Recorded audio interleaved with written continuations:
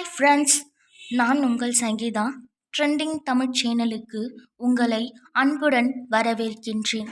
காத்திருந்ததன் பயன் எனும் கதையின் மூலம் சில தகவல்களை அறியலாம்.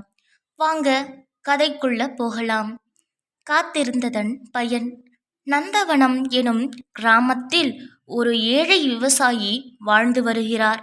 அந்த கிராமத்திலேயே வளவன் என்னும் மரவெட்டியும் வாழ்ந்து வருகிறான். ஒரு நாள் வளவன் காட்டுக்குள் சென்று மரம் வெட்டலாம் என்று சிறிது தூரம் நடந்து செல்கின்றான். வளவன் மரவெட்டியாக இருந்தாலும் காட்டில் உள்ள உயிரினங்கள் மீது மிகுந்த இரக்கம் கொண்டவன். கனி இருக்கக்கூடிய மரங்களையும் பூ இருக்கக்கூடிய செடி கொடிகளையும் வெட்ட மாட்டான். பட்டுப்போன மரத்தை தான் வெட்டி அதில் வரும் ஊதியத்தில் அவனது குடும்பத்தை நடத்துகின்றான். அவனுக்கு ஒரே ஒரு மகன். மகனின் பெயர் மணி. துருதுருவென்று இருப்பான். நன்றாக படிப்பான். வளவன் எப்பொழுதும் போல் காட்டிற்கு சென்றான். அன்று அவனுக்கு பட்டுப்போன மரம் ஏதும் கண்ணில் தென்படவில்லை. ஆனால் அவனுக்கு கனி இருக்கும் மரங்களையும் வெட்ட மனம் வரவில்லை. அதனால் அமைதியாக அமர்ந்திருந்தான். பட்டினத்தில் இருந்து வந்த ஒரு முனிவர் காட்டு வழியாக நடந்து சென்றார். இவன் சோகமாக அமர்ந்திருப்பதை பார்த்தார். முனிவர் வளவனிடம் சென்று, "உனக்கு என்ன ஆனது? எதற்காக வருத்தமாக உள்ளாய்?" என்று கேட்டார். அவன் ஒரு மரவெட்டி என்றும் அவனுக்கு ஒரு மகன் இருப்பதாகவும் மரத்தை வெட்டி வரும் ஊதியத்தில்தான் உணவு கிடைக்கிறது என்றும் கூறினான். கனியோடு உள்ள மரத்தை வெட்ட விருப்பம் இல்லை என்றும் முனிவரிடம் சொன்னான். இவனின் மனதை அறிந்த முனிவர் ஒரு விதையினை கையில் கொடுத்து, "அழிப்பது எளிது, உருவாக்குவது கடினம்" என்று சொல்லிவிட்டு அங்கிருந்து சென்றுவிட்டார். விவசாயி இறந்து விட்டதால் அவரது மகன் நிலத்தை விற்கப் போகிறார் என்ற செய்தியை ஊர் முழுவதும் பரப்பினார். வளவன் வீட்டிற்கு வந்ததும் அவரது பையன் விவசாயி தாத்தா இறந்து போனதையும் நிலத்தை விற்கப் போவதையும் சொன்னான்.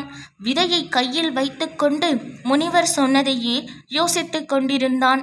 அப்போது அவரது மகன் மணி, "விதையை கொடுங்கள் அப்பா, விதைத்தால் பெரிய மரமாக வளரும் அல்லவா" என்று சொன்னான். வளவனுக்கு ஒரு யோசனை வந்தது. விவசாயியின் நிலத்தை வாங்கத்தான் சேமித்து வைத்திருந்த விவசாயியின் நிலத்தை வாங்க தான் சேமித்து வைத்திருந்த பணத்தை ஒன்று திரட்டினான். அப்போது 10,000 ரூபாய் கையில் இருப்பதை கவனித்தான். விவசாயியின் மகனை பார்த்து 10,000 ரூபாய் ஊதியத்தை கையில் கொடுத்துவிட்டு நிலப்பத்திரத்தை வாங்கிவிட்டான் வளவன். விவசாயியின் மகன் உழுவதற்காக வைத்திருந்த தானியங்களையும் சேர்த்து கொடுத்தான். மறுநாள் விவசாயியின் மகன் ஊருக்கு சென்று கொண்டிருந்தான். வளவன் முனிவர் சொன்னதை நினைத்து பார்த்தான். அதன் பிறகு விதைகளை நிலத்தில் போட்டு உழுதான்.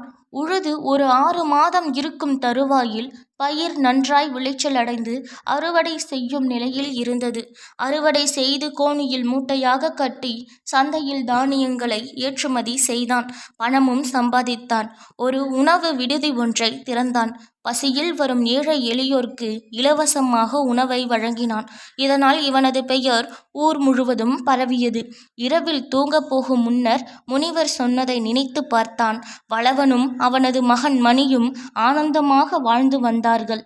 இந்த கதையில் மரத்தை வெட்டாமல் வளர்க்க வேண்டும் என்றும், விவசாயத்தை மறக்கக்கூடாது என்றும், முடியும் என்று முயற்சி செய்து உழைக்க வேண்டும் என்றும், விதை அறுவடை செய்ய ஆகும் காலம் வரை காத்திருக்கும் விவசாயி போல நம் பெற்றோரும் நம்மை ஒரு நல்ல நிலைமையில் காண விரும்புகிறார்கள் என்பதையும் இந்த கதையின் வாயிலாக நாம் தெரிந்து கொண்டோம். காத்திருந்து பெறும் எந்த ஒரு பொருளுக்கும் மதிப்பு அதிகம். உங்களின் பெற்றோர்கள் நீங்கள் நல்ல நிலைமையில் வருவதற்கு காத்து கொண்டிருக்கிறார்கள். அவர்களின் காத்திருப்பை வீணாக்காதீர்கள். நல்ல நிலைமையில் வந்து சீக்கிரம் ஒரு வேலையில் சேர்ந்து அவர்களை பெருமைப்படுத்துங்கள் என்று கேட்டுக்கொண்டு, நான் உங்கள் சங்கீதா. இந்த கதை பிடித்திருந்தால் லைக், சப்ஸ்கிரைப், கமெண்ட்டை தெரிவியுங்கள். இதுபோல மேலும் கதைகளை போடுவதற்கு கமெண்டில் ரெட் கலர் ஹார்ட்டை கமெண்ட் பண்ணுங்க. நன்றி, வணக்கம்.